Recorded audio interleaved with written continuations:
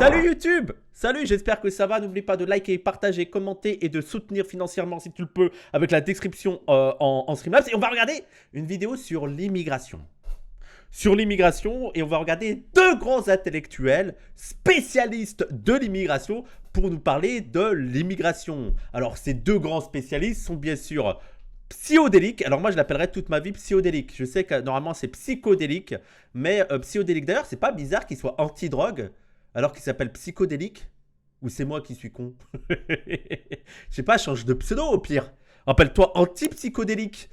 Psychodélique et Majid Oukasha qui ont décidé de faire une discussion autour de l'immigration avec ce titre « Pourquoi l'immigration fait si peur aux Français ?»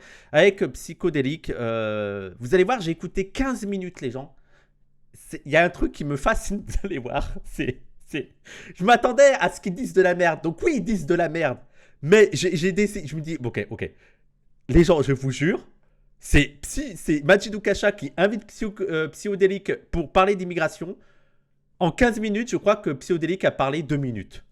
C'est Majid Oukasha qui est en monologue. Je suis en mode, frère, t'as un invité en face de toi. Laisse-le parler. Je veux entendre. Mais vous allez voir, c'est ridicule. Le niveau est ridicule. D'ailleurs, moi, ce qui m'étonne un petit peu, c'est parce que Majid Oukasha va avoir un angle d'attaque sur l'islam. Alors, Majid Oukasha, psychodélique, je ne vais pas le présenter parce que vous le connaissez. Peut-être que vous ne connaissez pas Majid Oukasha. C'est un peu un Jack le Fou, mais lui, il était là avant Jack le Fou. Alors, je pense que Jack le Fou a volé son succès, mais ça fait, je pense, 5-6 ans qu'il est vraiment sur Internet à faire des vidéos. C'est un ancien musulman et a essayé de montrer que l'islam, c'est faux, quoi. C'est une fausse religion. Critique de l'islam et tout, avec vraiment une lecture caricaturale, bas du front, vraiment lecture littéraliste, tu vois, c'est heureusement qu'il n'est pas musulman, parce que sinon il sera à Daesh, voilà, je vous le dis sincèrement, hein. Je pense que si Majid Oukasha était un musulman, il sera à Daesh, vu la lecture totalement littéraliste qu'il a de l'islam et des textes religieux, et vraiment 150 vidéos et tout, bref, voilà, c'est son créneau, et là, il a décidé de faire des entretiens. Et donc, il a un angle d'attaque en mode zététicien, rationalité et tout. Et déjà, la première chose que je me dis, c'est ok, genre, toi, tu es en mode rationnel, les musulmans sont des teubés qui ne croient pas à la science, qui ne croient pas aux scientifiques, qui sont dans l'irrationalité. Tu as un angle un peu esprit critique. Et donc, tu fais une émission sur l'immigration et ton invité, c'est psychodélique. Pourquoi? C'est quoi son niveau de scientificité? C'est quoi sa légitimité à venir nous parler d'immigration à Psychodélique? C'est un putain d'influenceur de merde. Il y connaît rien, il a jamais rien lu, il fait que des réacts de merde. Mais bref, c'est pas grave, on va passer outre. On va regarder cette vidéo où deux grands intellectuels vont nous parler d'immigration. C'est un racisé comme lui. Bah, vous allez voir, au départ, ils sont un peu comme ça. Hein. Mais vous allez voir, c'est assez hilarant. On va mettre en 1,25 ou en 1,5 les gens, parce que sinon, ça dure 1h38. Mais il faut vraiment qu'on fasse toute la vidéo, parce qu'elle est hilarante. C'est parti pour la vidéo de Majid Oukasha. Pourquoi l'immigration fait si peur aux Français avec Psychodélique. C'est pas un débat, c'est une discussion, vous verrez. Enfin, une discussion. Il y a Psychodélique qui écoute Majid Oukasha parler. T'avais un jour fait une vidéo consacrée à la sortie d'un de mes livres et je t'ai alors envoyé un message de remerciement, Voilà les lecteurs des livres de Majid Oukasha. Psychodélique. Je suis prêt à parier qu'il n'a pas lu le livre. Prêt à parier qu'il ne l'a pas lu. Et il est juste, vu qu'il sait que ça critique l'islam, il est en mode « Ah super, faut lire ça les gens !» Toi et moi se retrouver autour d'une table pour discuter sous l'œil d'une caméra, notamment de politique. D'ailleurs, je ne sais pas pourquoi il est déguisé en JDG. Il faudra m'expliquer pourquoi il a une... C'est littéralement la chemise de JDG, on est d'accord, c'est elle. Et durant l'année 2025, j'ai noté, qui vient de s'écouler, donc tu as cumulé 47 millions de vues sur ta seule chaîne YouTube et tu comptes à ce jour 264 000 abonnés. Et moi 166 000, et si on rajoute nos autres réseaux sociaux, Non mais attends, c'est quoi? Et moi j'en ai 160. Ok, mais c'est quoi? C'est une compétition? Donc là, on a un optimum d'à peu près un demi-million de spectateurs potentiels.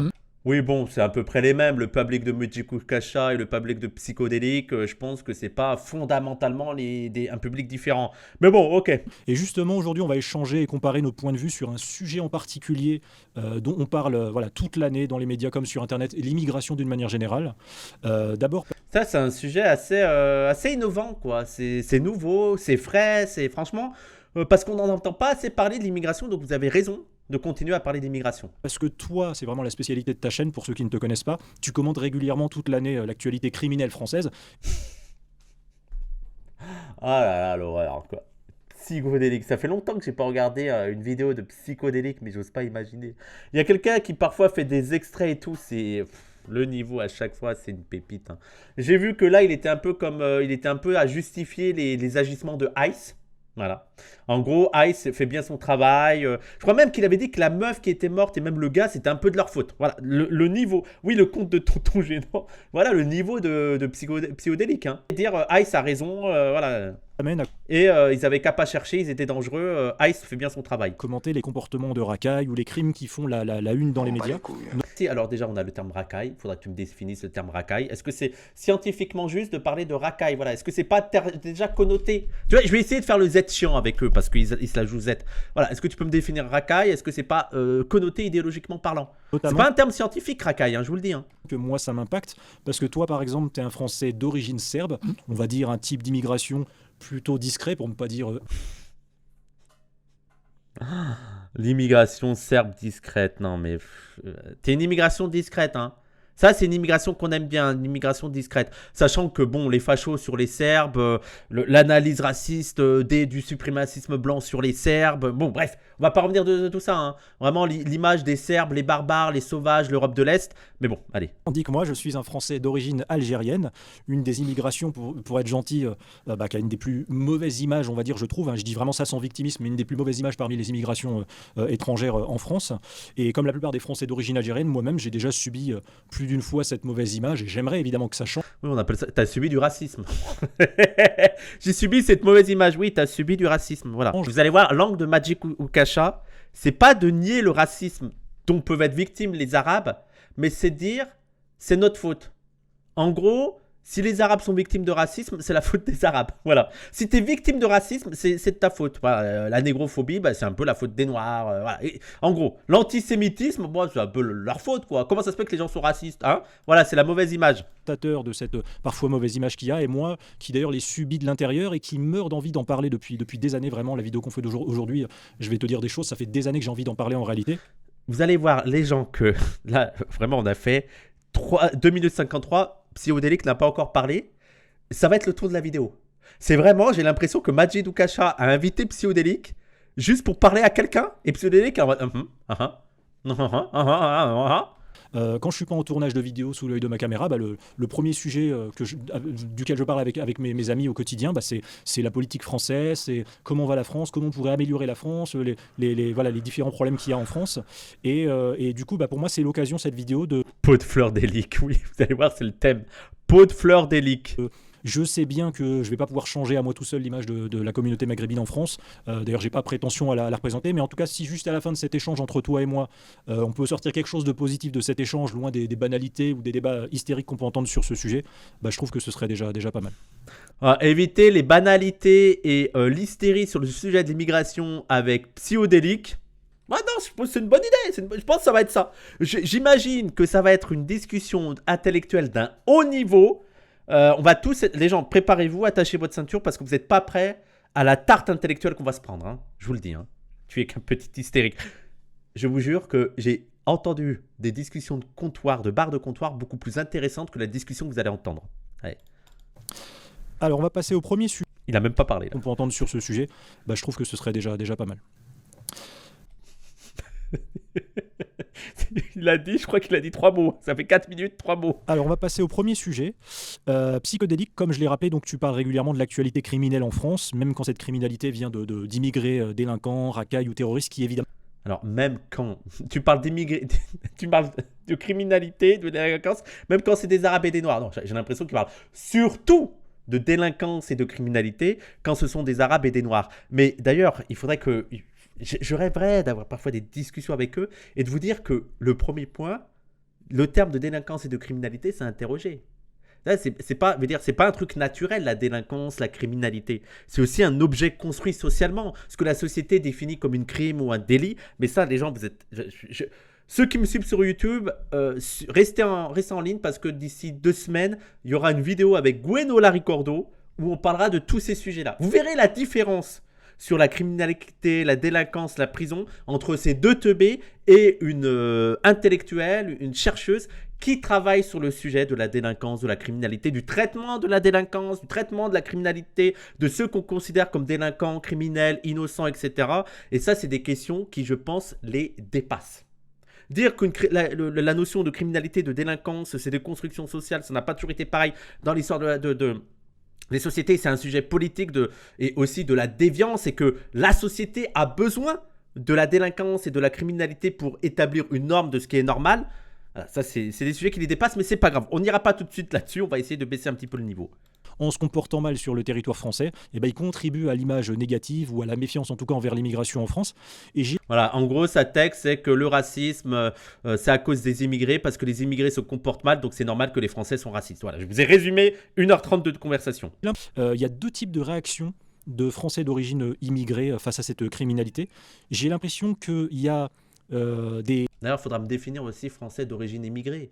Est-ce qu'un noir qui est né en Guadeloupe, ou que ses parents sont nés en Guadeloupe et qui est français depuis 3-4 générations, est-ce que c'est encore des Français d'origine immigrée? Est-ce que les Arabes, par exemple un Mohamed, dont ses parents sont nés en France, mais c'est ses grands-parents qui sont nés en Algérie, est-ce que c'est encore un Français d'origine immigrée? Et si quand c'est tes arrière-grands-parents et que tu t'appelles Mohamed, est-ce que c'est encore d'origine immigrée? À partir de combien de temps c'est d'origine immigrée? Et est-ce que quand tu parles d'origine immigrée à des gens qui sont là depuis 2, 3, 4 générations, est-ce que c'est pas du racialisme, tu vois? Est-ce que tu ne les réduis pas à toi qui es un universalisme républicain? Est-ce que c'est pas contradictoire avec ton discours? Et des Français comme toi d'origine serbe, je le rappelle, mais en tout cas des Français comme toi d'origine immigrée, qui osent dénoncer et en parler de la criminalité issue de l'immigration. Et je constate qu'il y a aussi des Français d'origine immigrée qui sont soit des internautes, soit des vidéastes, soit des journalistes ou des politiciens.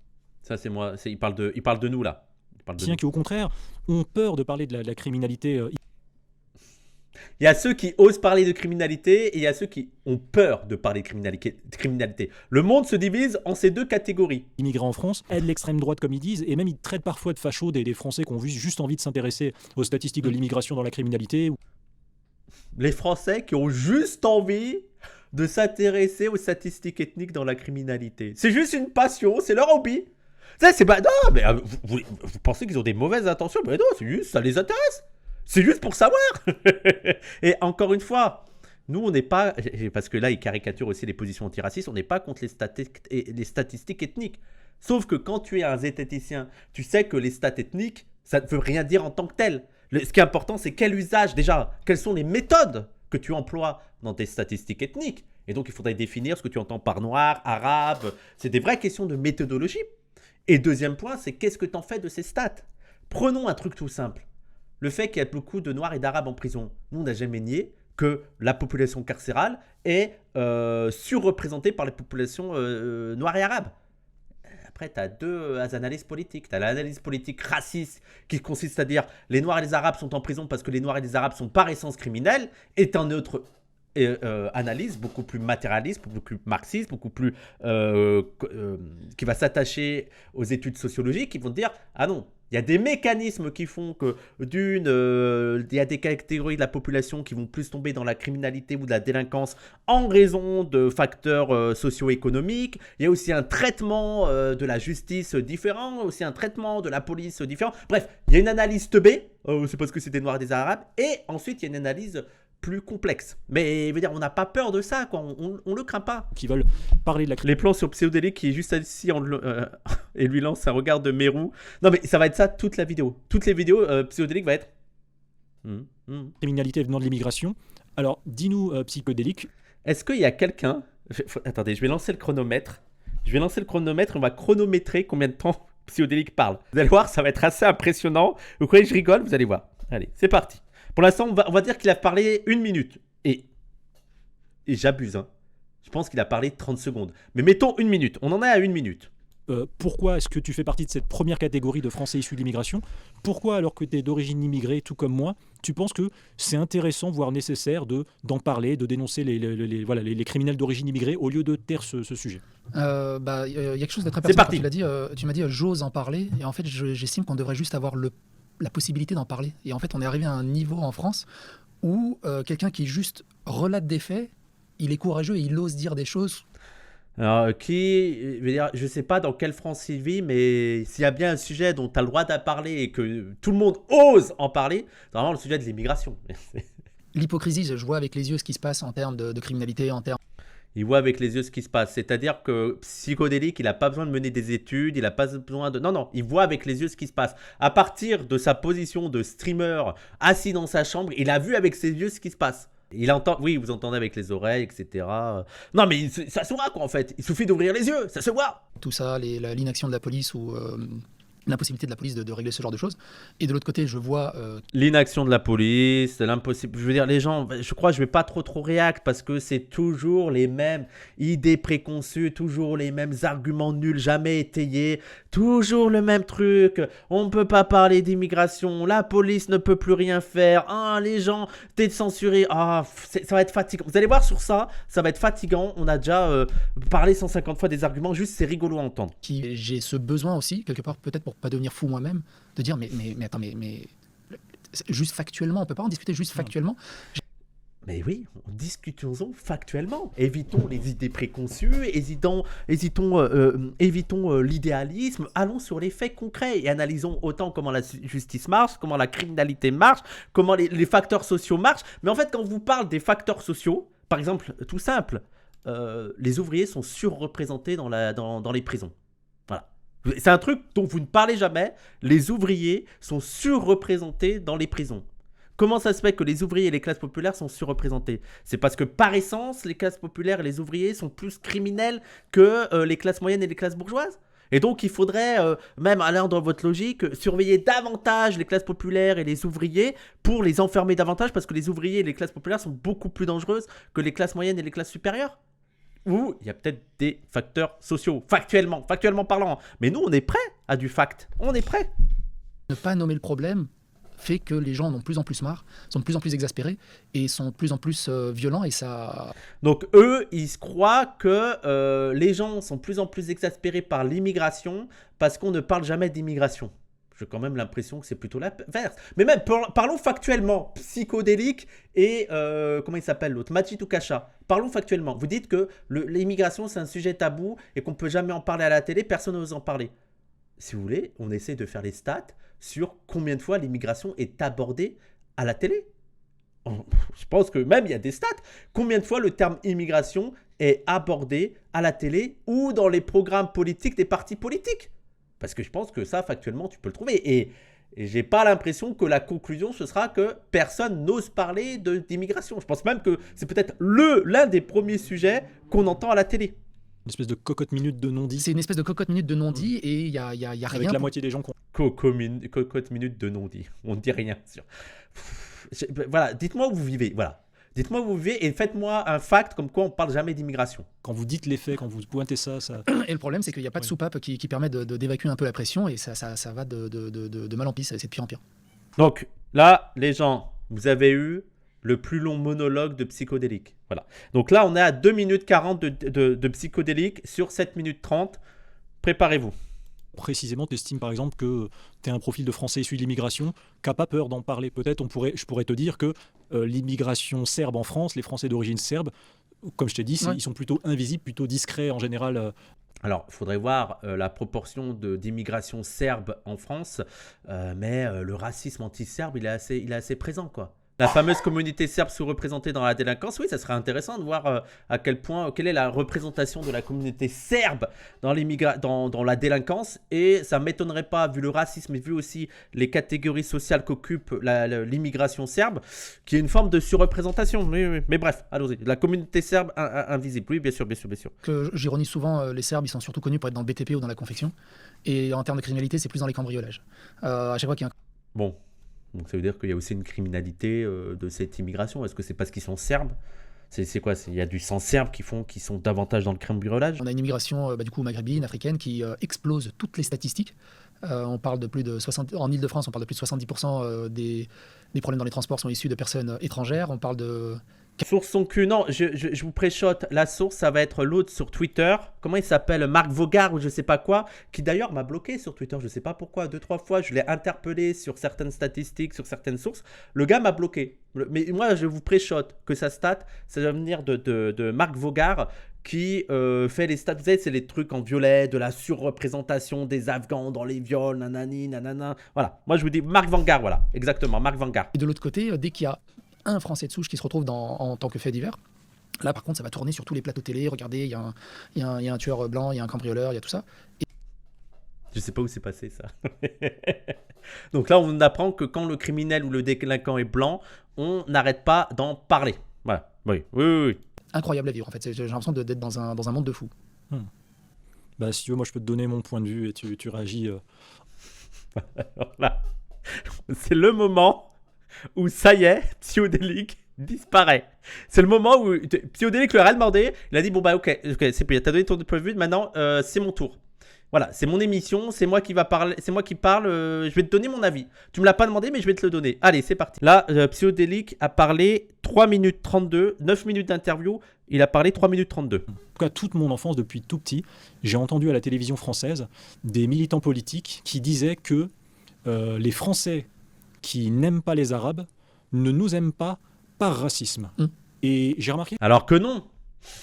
Non, n'importe quoi. C'est pas par racisme que les Français n'aiment pas les Arabes, les Noirs. C'est juste par rationalité, en fait. Ah, c'est juste ça. C'est juste, ils ont raison. Ça va être leur argument. En gros, ils ont raison de ne pas aimer les Arabes et les Noirs parce que les Arabes et les Noirs se comportent mal. C'est moi qui vis dans un monde de fous. Quand je regarde la télé, je vois le contraire de ce que raconte Psycho. Non, mais les gens, eux, ils sont dans la vraie réalité. En fait, peut-être qu'on n'a pas compris depuis le départ qu'on vit dans une autre réalité. Et qu'eux, ils sont dans la réalité 2.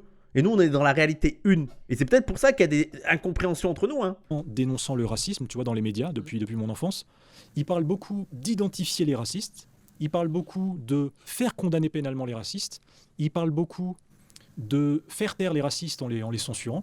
Mais ça aussi, autre réalité. C'est qu'à la télé, on parle beaucoup de faire taire les racistes. Oui, non, allez-y. Je les ai pas beaucoup entendus expliquer comment un raciste devient raciste, ou alors comment on enlève les idées racistes de la tête des gens. Comme si le racisme c'était un peu un méchant de jeu vidéo, forcément c'était une fatalité génétique ou climatique qui lui est tombée sur la gueule, et c'est un diable à littéralement bannir. Et moi je trouve... Ça c'est vraiment notre discours, on est d'accord. Ça c'est vraiment notre discours. Les racistes sont racistes juste parce qu'ils sont racistes, c'est dans leur gène, c'est dans leur sang. On n'essaie pas de comprendre pourquoi les racistes sont racistes. Ouais, non, c'est juste qu'on pense que tu nais raciste et qu'il faut juste détruire, éliminer les racistes sur Terre, quoi. C'est tout, voilà. C'est notre seule analyse. Vraiment, mais en fait, si on fait l'homme de paille comme ça, H24, on peut tout dire, en fait. On a toujours raison. Ils nous inventent des positions qu'on n'a pas pour après contredire des positions caricaturales. Mais d'ailleurs, moi, ce qui m'étonne, je veux dire, on peut bien essayer de comprendre pourquoi les racistes sont racistes. D'ailleurs, c'est ce qu'on fait. Nous, on essaie de comprendre pourquoi les blancs sont racistes, pourquoi ils sont tombés dans le système raciste. Et on n'arrête pas de dire qu'un petit blanc en France, c'est normal qu'il soit raciste. Tous les structures et les intérêts directs dont ils pensent être les siens le conduisent à être raciste. Voilà. Donc nous, on a déjà essayé de réfléchir pourquoi les gens sont racistes. Vous débarquez, vous n'avez rien lu. Mais voilà, essayons de comprendre pourquoi les racistes sont racistes. Mais vous essayez de comprendre pourquoi... les immigrés, les Noirs et les Arabes, les classes populaires sont surreprésentés dans la délinquance.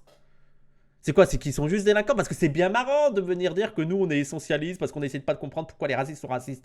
Alors pourquoi les classes populaires, les personnes issues de l'immigration ou les Noirs et les Arabes sont surreprésentés dans la délinquance? Juste parce qu'ils sont délinquants, c'est tout? Comprenez que si vous voulez aller dans des explications de complexité, cette explication-là, c'est juste parce que c'est des Noirs et des Arabes, n'a pas de sens. Ou c'est juste culturel, ça n'a pas de sens. Moi qui ai été victime de discrimination, et je vais t'en parler dans un instant, je trouvais que la question était légitime. Et même, je vais te dire mieux, j'avais conscience du fait, tu vois, dès l'enfant, j'avais conscience de quelque chose, je m'étais dit, mettons, on envoie au tribunal. Vous allez voir que Madji Toukasha, c'est vraiment un gros cerveau. Vraiment, moi, ce qui me fascine là-dedans, c'est qu'il a des réflexions de teubé et il se croit vraiment intelligent, quoi. Par exemple, c'est un patron, chef d'entreprise, qui a eu un candidat maghrébin devant lui, et il lui a dit en entretien d'embauche, désolé, je n'embauche pas les Arabes. Admettons, tu vois. Et bien derrière, l'amende financière que va se prendre ce patron accusé de racisme, ça va pas lui retirer les convictions racistes de sa tête. Non, mais ils ont 8 ans. Ils ont 8 ans. Oui, en plus, c'est très, très, très souvent que les patrons sont condamnés pour discrimination à l'embauche. C'est très, très, très souvent. Accusé de racisme alors qu'il vient de dire j'embauche pas les Arabes, mais il est juste accusé. Oui, on n'est pas sûr. Présomption d'innocence. La prochaine fois que le filtre de sa secrétaire aura pas bien fonctionné et qu'il se retrouvera avec un candidat maghrébin à un entretien d'embauche, au lieu de lui dire désolé, je n'embauche pas les Arabes, il lui dira merci d'être venu, on vous rappellera. Et il le rappellera pas. et ce racisme perdurera sans qu'on... Ça met vraiment le niveau, les gens, le niveau. Vous avez pensé à ça? Il sera plus malin. Genre, c'est pas déjà le cas. Genre, il croit vraiment que le racisme en France, c'est le patron qui dit non, je veux pas d'arabe et de noir. Vraiment, mais tu me dis où? Mais réveille-toi. C'est déjà le cas, quoi. Il croit vraiment que c'est comme ça que ça marche le racisme. Et c'est pour ça qu'eux, il n'y a pas de racisme. Parce qu'il ne dit pas non, je n'embauche pas de noirs et d'arabes en fait. Puis ça crée en plus une société parallèle où entre guillemets les gens qui n'aiment pas les Arabes, ils ne peuvent pas le dire explicitement, et donc moi je peux pas je peux pas savoir qui m'aime pas. Ce sera juste par des faux semblants de ce style que je vais être confronté entre guillemets aux discriminations. Mais où tu vis, frère? Mais réveille-toi sur le monde qui t'entoure, quoi. Tu vois. Et d'ailleurs, ce chef d'entreprise qui n'embauche pas d'Arabes et qui n'aime pas les Arabes, quand il rentre chez lui le soir, il retire son costume de patron. C'est un père de famille. Il a peut-être 3 enfants qu'il va éduquer dans ses convictions, et il va aussi les éduquer dans l'habileté de ne pas assumer ses idées, ce genre d'idées dans la société parce que c'est illégal. Et ces 3 enfants deviendront 3 adultes avec ces idées, ils feront des enfants et ainsi de suite. Je vous jure, mais c'est un débile. Les gens, le niveau, on dirait qu'il réfléchit tout seul de son côté et qu'il se dit oui, mais en fait, si on empêche aux racistes d'être racistes, ils vont pas arrêter d'être racistes, ils vont juste devenir hypocrites, et ça sera encore plus dur de lutter contre le racisme quand il sera hypocrite, et donc il va faire des enfants racistes. Non mais là, les gens, on est à 12 minutes d'interview. Psyodélique a parlé 3 minutes 32. Voilà, 3 minutes 32, et sachant que j'étais généreux sur 1 minute. 3 minutes 32 pour Psyodélique. Lui, à chaque fois, il jouait le rôle d'avocat, entre guillemets, des racailles et des voyous. Il était... Une présentation très neutre. C'est l'avocat des racailles et des voyous. Et sachant que le patron d'entreprise qui a refusé d'engager quelqu'un en disant clairement que c'était un noir ou un arabe et qui est condamné par la justice, c'est ni une racaille ni un voyou. C'est juste, oh non, on n'a pas été assez empathique avec lui. Ah non. Et toujours là pour trouver une excuse à la moindre racaille, au moindre... Sachant que lui-même a essayé de trouver il est en train d'essayer de trouver une excuse aux racistes, même les racistes les plus frontaux là, les frontalement racistes qui sont en mode je t'engage pas parce que t'es noir et un arabe, il essaie de leur trouver des excuses, mais alors là, ceux qui essayent de trouver des excuses aux délinquants, là, non. Une figure, on va dire, qui a un discours un peu plus comment dire, prudent, mais en même temps un peu plus intelligible, Rokhaya Diallo, tu vois, qui passe depuis 20 ans dans les médias, elle a le tapis rouge déroulé. Et donc, ces deux genres de figures, si tu veux, à la fois anti-racistes et racisés, comme on dit, c'est-à-dire qu'ils pourraient, ou peut-être ils ont subi aussi potentiellement du racisme. Potentiellement. Rokhaya Diallo a potentiellement subi du racisme. On n'est pas sûr, faudra qu'on fasse l'enquête. Franchement, je n'ai jamais entendu, par exemple, parler pour expliquer comment un raciste devient raciste et pourquoi. Jamais Rokhaya Diallo, elle s'est jamais posé la question de pourquoi les racistes sont racistes. Tu as lu quoi de Rokhaya Diallo? Pourquoi nous, les Arabes, on serait particulièrement victimes de racisme? Et justement, moi qui ai un peu creusé le sujet, tu vois, pour... D'ailleurs, non, mais il croit que... on essaie de comprendre pourquoi les Arabes sont victimes de racisme. C'est à cause de la hiérarchie raciste qui a été appliquée par l'Occident moderne et qui était très pratique pour reléguer certaines populations au bas de l'échelle sociale, pour justifier leur domination, pour justifier le colonialisme, pour justifier la surexploitation. Voilà, ça a été l'un des buts du racisme, de légitimer l'ordre social dans lequel les Européens se pensaient comme dominants et se donnaient le droit d'exploiter, d'esclavagiser, de surexploiter, de dominer, de tuer d'autres populations, sous prétexte que c'est des Noirs, c'est des Arabes, donc c'est des sous-évalués, ils sont moins intelligents, ils ont besoin de nos lumières, ils ont besoin d'être dirigés. Et puis si les Noirs et les Arabes occupent les plus basses positions de la société, c'est pas parce qu'il y a du racisme, c'est pas parce qu'il y a des discriminations, c'est pas parce qu'il y a une inégalité structurelle sur le marché du travail. Non, c'est juste parce que c'est des Noirs et des Arabes. Si, on sait très bien pourquoi les Arabes et les Noirs sont victimes de racisme. Mais lui, ce qu'il veut dire, c'est parce que les Arabes et les Noirs se comportent mal. Voilà. Quand tu creuses le sujet de savoir pourquoi il y a des gens en France qui se méfient des Arabes et veulent les fuir, et bah tu te rends compte que l'explication raciale, c'est une explication trop simpliste et trop... Je vous jure, c'est du génie. C'est du génie. C'est juste que ce sont des délinquants. C'est pour ça. J'ai analysé la situation. Comme c'est des délinquants, les gens les aiment pas, c'est tout. Et je vais te donner mon propre vécu de mes propres discriminations et je vais te dire quelles conclusions j'en ai tirées et tu vas comprendre. 14 minutes. Alors, on est à 15 minutes. Psyodélique a parlé 3 minutes 32. On est toujours à 3 minutes 32 de temps de parole de Psyodélique. Par exemple, tu vois, avec mon nom et mon faciès, on va dire, j'ai été victime de discrimination dans ma vie anti-arabe. Ok, je l'admets, tu vois. Par exemple, discrimination au logement. Pourtant, j'ai toujours été un locataire impeccable, qui paye sans un seul jour de retard. L'appartement, je le rends dans un état aussi nickel que je l'ai trouvé. C'est pas juste. Pourquoi lui il subit du racisme alors qu'il le mérite pas? Il y a des gens ils subissent du racisme, ils le méritent. Mais lui il le mérite pas, c'est un gentil arabe en fait. C'est un gentil arabe. Et puis même, partons du principe que... voilà, le problème c'est qu'il y a des gens ils se comportent mal et donc il y a du racisme. Mais Majid Oukacha, sauf si tu prétends que les Noirs et les Arabes sont en majorité des gens qui se comportent mal, parce que je pense que tu vas jamais tenir cette position, tu vas dire que c'est une minorité de Noirs et d'Arabes qui se comportent mal. Mais donc le racisme est injuste. Voilà, c'est tout, il faut combattre le racisme. Je veux dire, une majorité n'a pas à payer pour une minorité, même dans ta logique à toi. Plutôt que d'essayer de trouver des explications aux racistes, dis aux racistes que mais c'est pas juste. Vous êtes en train de faire payer le prix à des gentils à cause de la comportement de quelques méchants. Non, lui, il essaye de dire non, c'est voilà, on est trop. C'est la délinquance, J'estime, comme beaucoup de Français d'origine maghrébine, avoir été concerné par des discriminations du fait de mes origines, du fait de mon nom, de mon faciès, mais je reconnais que je ne pouvais pas explicitement les prouver. C'est quand même dingue, je veux dire, le nombre d'Arabes qui savent qu'ils ont été victimes de racisme, mais qui sont toujours bloqués dans l'idée de non, mais c'est de notre faute. C'est de notre faute, c'est voilà, je vais pas me plaindre du racisme, c'est notre faute. C'est normal, je suis une serpillière, quoi. Il y a des gens qui me discriminent quand bien même j'ai un comportement parfait et c'est quand même la faute des Noirs et des Arabes. Parce que vraiment, là, il sera, je veux dire, c'est le fonctionnement du racisme. T'as beau être l'Arabe le plus parfait, le plus gentil, le plus intégré, tu vas être quand même considéré comme un Arabe. Lutte contre ça. Avec la personne après moi. Un Arabe peut être raciste aussi. Non, jure, wallah. Jure. Ah bon? Un Arabe peut être raciste? J'y crois pas. Non, je crois que ça c'est une fake news. Je sais pas si ça s'entend, c'est la première fois qu'on se rencontre toi et moi, mais tu as dû t'en rendre compte si tu as suivi mes vidéos également. Ça s'entend pas à ma voix. Oui, que je suis un Français d'origine algérienne. Oui, non, Alors que les autres, là aussi, on est en 2026, les gens. Voilà, faut vous réveiller. On est en 2026. Je pense que c'est une minorité de personnes arabes qui ont un accent arabe en France.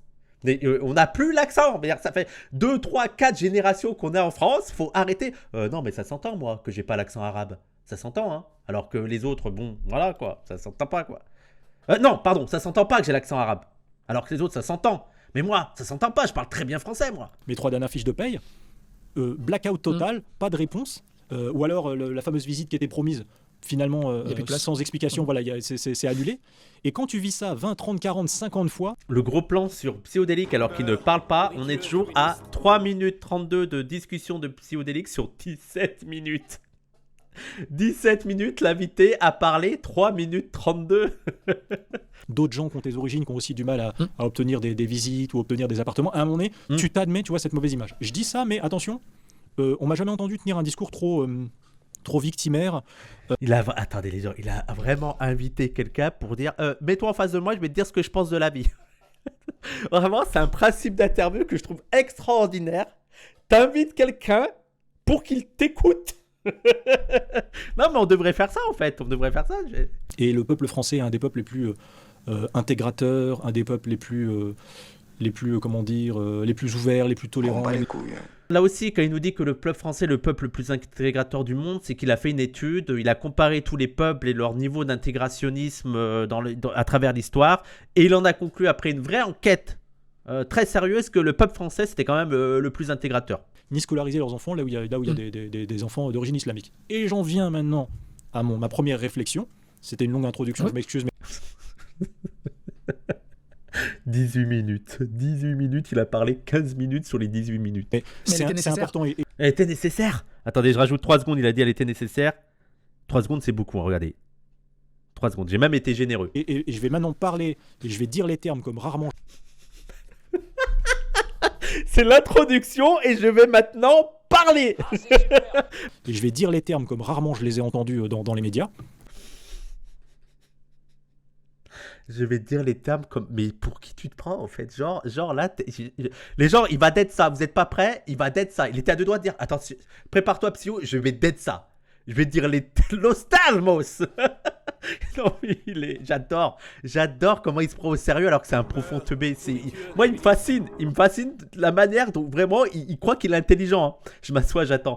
Avec ce diagnostic consistant à dire que si des Français blancs, disons les choses.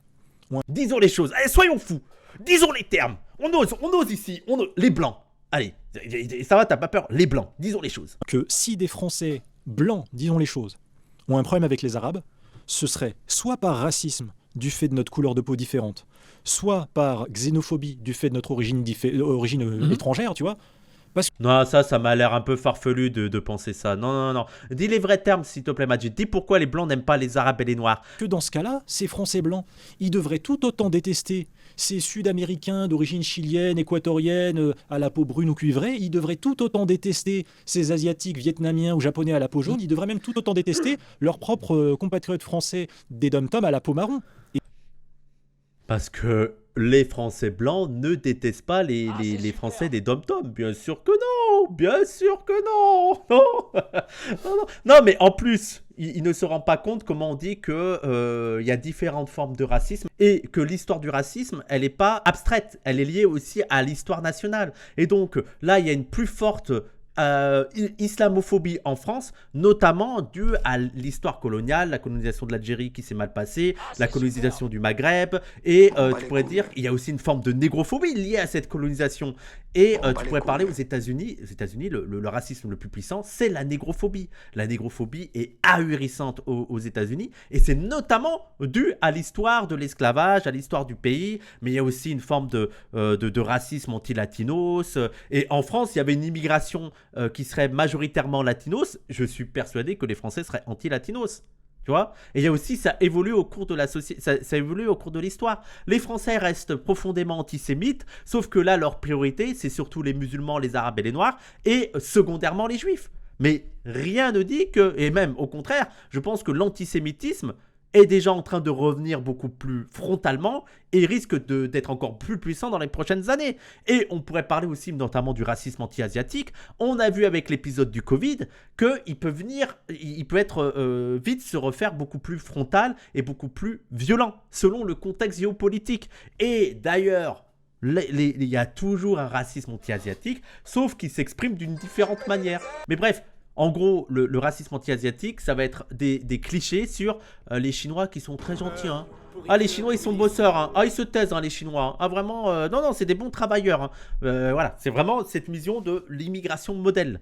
Mais le gars, bah non, il n'y a pas de racisme à l'égard des habitants des Tom-Tom. Non, bien sûr que non, bien sûr que non.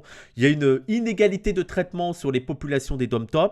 On se fout de la mort des Kanakis face à leur lutte de la révolution, de leur lutte d'indépendance. On se fout de la population mahoraise. Mais non, non, il n'y a pas de racisme. J'ai remarqué qu'apparemment, ils n'avaient pas la même détestation, la même méfiance à l'égard des Latinos, à l'égard des Asiatiques et à l'égard des oui, de tellement d'autres ethnies. Voilà, les Français ne sont racistes qu'à l'égard des Arabes. C'est donc que le problème, c'est les Arabes. Et il fait comme si, là c'est notamment une lecture totalement idéaliste du racisme, il fait aussi comme si les histoires de l'immigration étaient les mêmes, quoi. Et la proportion de l'immigration était les mêmes. Je veux dire, si on avait colonisé l'Amérique du Sud et on avait un passé aussi, conflictuel avec les populations sud-américaines, je suis prêt à parier qu'il y aurait eu le même racisme. On le voit avec les États-Unis. Le racisme à l'égard des Mexicains, par exemple. Hein, tu crois que c'est quoi? C'est d'où ça vient? Et d'ailleurs, c'est même pas spécifique à la France, hein, c'est même un peu partout en Europe, la plutôt mauvaise image des Arabes, tu vois. Donc c'est bien la faute des Arabes. Puis, il y a une époque, j'ai remarqué, il y a une époque, en Europe, on n'aimait pas beaucoup les Juifs. Mais on était moins sur les Arabes, on était moins sur les Latinos. Et toute l'Europe détestait les Juifs. C'est que donc... Hein? Est-ce que c'est pas un peu facile de parler d'antisémitisme? Est-ce qu'il n'y aura pas quelque chose à se dire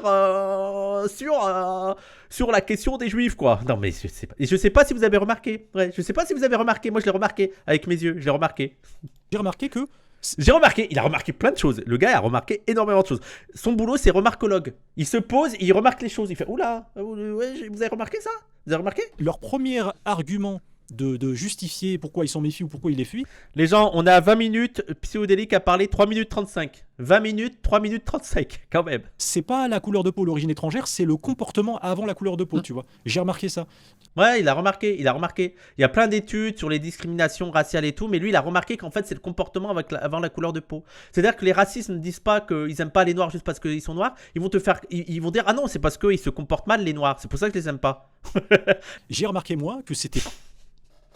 Faudrait faire un bingo du nombre de fois qu'il a remarqué quelque chose. Pas des comme on dit, des racialistes, des suprémacistes blancs qui ont un racisme du 19e siècle dans la tête. Non, ils l'ont pas du 19e siècle, oui, mais personne pense que les racistes ont un racisme du 19e siècle. Qui a dit ça? Qui? Je veux dire, l'analyse de base quand il y a un antiraciste, c'est dire que le racisme évolue. Mais bref, allez-y. Qui ferait qu'ils détesteraient des gens ayant une autre couleur de peau parce qu'ils ont un discours biologique, historique ou colonial dans la tête qui leur ferait dire qu'il y a une hiérarchie des races avec des races supérieures et des races inférieures. Non, pas du tout. C'est juste que les Arabes se comportent mal, bordel. C'est quand tu parles avec les Français qui sont des électeurs anti-immigration, quand tu discutes avec eux, ou simplement quand tu lis leurs commentaires sur Internet, et t'es mieux passé. Alors, Majid Oukacha, il faudrait que tu vois les commentaires sur ma page des racistes. Hein. C'est pas que j'ai un mauvais comportement. Alors, voilà, je te dis, un Arabe, ça dégage. Ouais, je suis d'accord. Il y a même Twitch Gauchiste qui a partagé un extrait en me faisant croire que je le défendais. Ils ont tous été en mode, les racelars, ils ont tous été en mode, il est bien gentil, c'est arabe, mais ça dégage. Mais de vrais gens qui t'expliquent pourquoi ils ont un problème avec les Français d'origine maghrébine ou les Maghrébins qui fuient ou vis-à-vis desquels ils ont une méfiance, tu te rends compte qu'en réalité... C'est fou d'être autant une serpillière, quoi. C'est fou de chercher autant d'excuses aux racistes et d'être en mode, non, mais ils ont raison, les racistes, c'est nous, on n'est pas gentils. On n'est pas gentils. J'ai remarqué, j'ai parlé avec les racistes, j'ai remarqué, mais vraiment, mais respecte-toi, Majid, respecte-toi. Justifie davantage de ce problème du fait de la criminalité que du fait de la couleur de peau différente, tu vois. Il a remarqué, c'est quand même il est en train de nous dire, c'est faux de parler de racisme parce que quand tu demandes aux électeurs RN pourquoi ils n'aiment pas les noirs, ils vont pas dire parce qu'il est noir, mais ils vont dire parce que c'est un criminel. Donc arrêtez de dire qu'ils sont anti-noirs ou anti-arabes. Non mais, il est complètement con. Pourquoi t'aimes pas les arabes? Parce que les arabes c'est des criminels. Ah, vous voyez qu'il est pas raciste. Il a pas dit qu'il aime pas les arabes parce qu'ils sont arabes. Oui, mais parce qu'ils sont arabes aussi. Non, mais c'est parce qu'aussi ils sont criminels, c'est ça que t'aimes. Oui, c'est ça, ouais, ils sont criminels, donc je veux qu'ils dégagent. Il peut pas être raciste. Moi j'aime pas les arabes parce qu'ils sont voleurs. C'est pas du racisme. Ils volent. Les arabes ils volent et je peux pas les aimer. Vous avez dit, cette discussion est une... Enfin, cette discussion. Parce qu'on a oublié qu'il y a Psychodélique en face. 21 minutes 32, Psychodélique a parlé 3 minutes 35. Qu'il faut s'admettre, en fait, ça fait partie pour moi du diagnostic important, en fait. Totalement, c'est exactement ça. Allez, attendez. Allez, on met le chrono, il y a Psychodélique qui parle. T'as très bien résumé la chose. Moi, je l'ai vu au travers de mon grand-père qui me racontait, pour une petite anecdote de famille, en fait, mon grand-père... Des remarques, des anecdotes, c'est une discussion intellectuelle. Et mon grand-père expliquait dans les années 60-70, c'était rempli d'Italiens, de Portugais, c'était des cités où il n'y avait pas de moyens, il n'y avait pas d'argent, mais bon, voilà. Ouais, d'ailleurs, rempli d'Italiens et de Portugais, tu veux qu'on aille sur les clichés racistes à l'égard des Portugais et des Italiens dans les années 50, 60, 70 faudrait peut-être... tiens, allez, je te mets même pas une étude théorique, analytique, même pas un essai politique. Va lire les Rital de François Cavana. Tu verras comment étaient traités les Italiens. Ils étaient vus comme des voleurs, comme des feignants, comme ceux qui venaient voler le travail des Français, comme des criminels, comme des délinquants. Voilà. Voilà, juste au cas où. Est-ce que ça voulait dire que les Français avaient raison? Non, mais ils n'étaient pas racistes, les Français. C'est juste que les Italiens étaient effectivement des criminels, des feignants, des délinquants et tout. Donc, mais voilà. Surtout début 80, il y a eu vraiment un exode massif de l'immigration maghrébine vers ces quartiers et il a senti totalement la différence. Les Arabes, c'est pas raciste, hein. C'est vraiment, tout a changé quand les Arabes sont arrivés. Là, c'est devenu n'importe quoi. Là, il y a eu vraiment de la délinquance. On est passé. Oui, et les Polacs aussi, oui, le racisme anti-polonais. Du deal, de la violence, des voitures brûlées, des vols dans tous les sens et une criminalité qui montait. C'est bien. Avant, il n'y avait pas de criminalité. Avant, il n'y avait pas de délinquance. Avant les années 80, l'arrivée des Arabes, en France, c'était zéro criminalité, zéro délinquance, zéro bagarre, zéro meurtre, rien.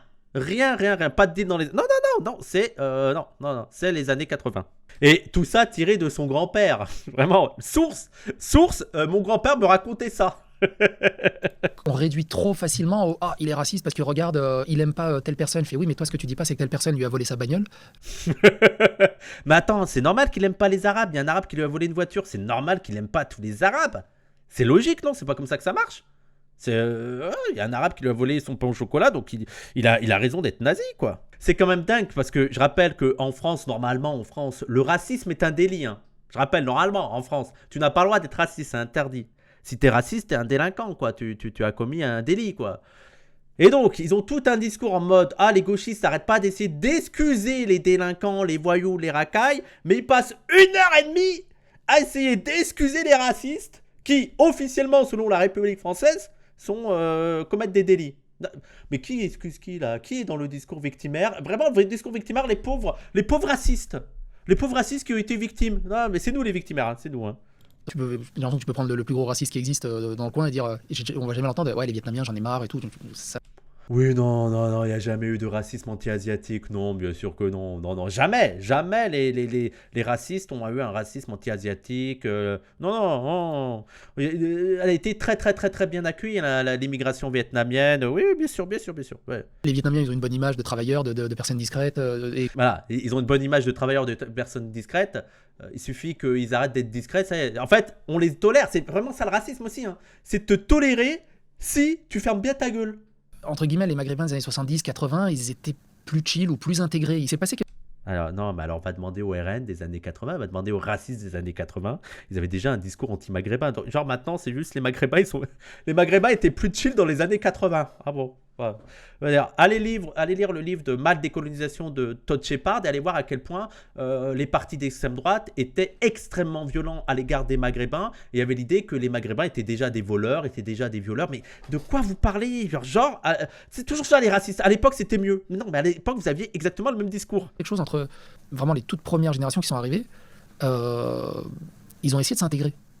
Si ils ont essayé de s'intégrer, les deuxième, troisième, quatrième générations sont considérés encore comme des Maghrébins, c'est peut-être qu'il y a eu un échec de l'intégration, et l'échec de l'intégration, c'est juste les Maghrébins. Pourtant, tu viens de dire qu'ils étaient chill, ils ont essayé de s'intégrer. C'est donc que la France n'a pas voulu les intégrer, peut-être.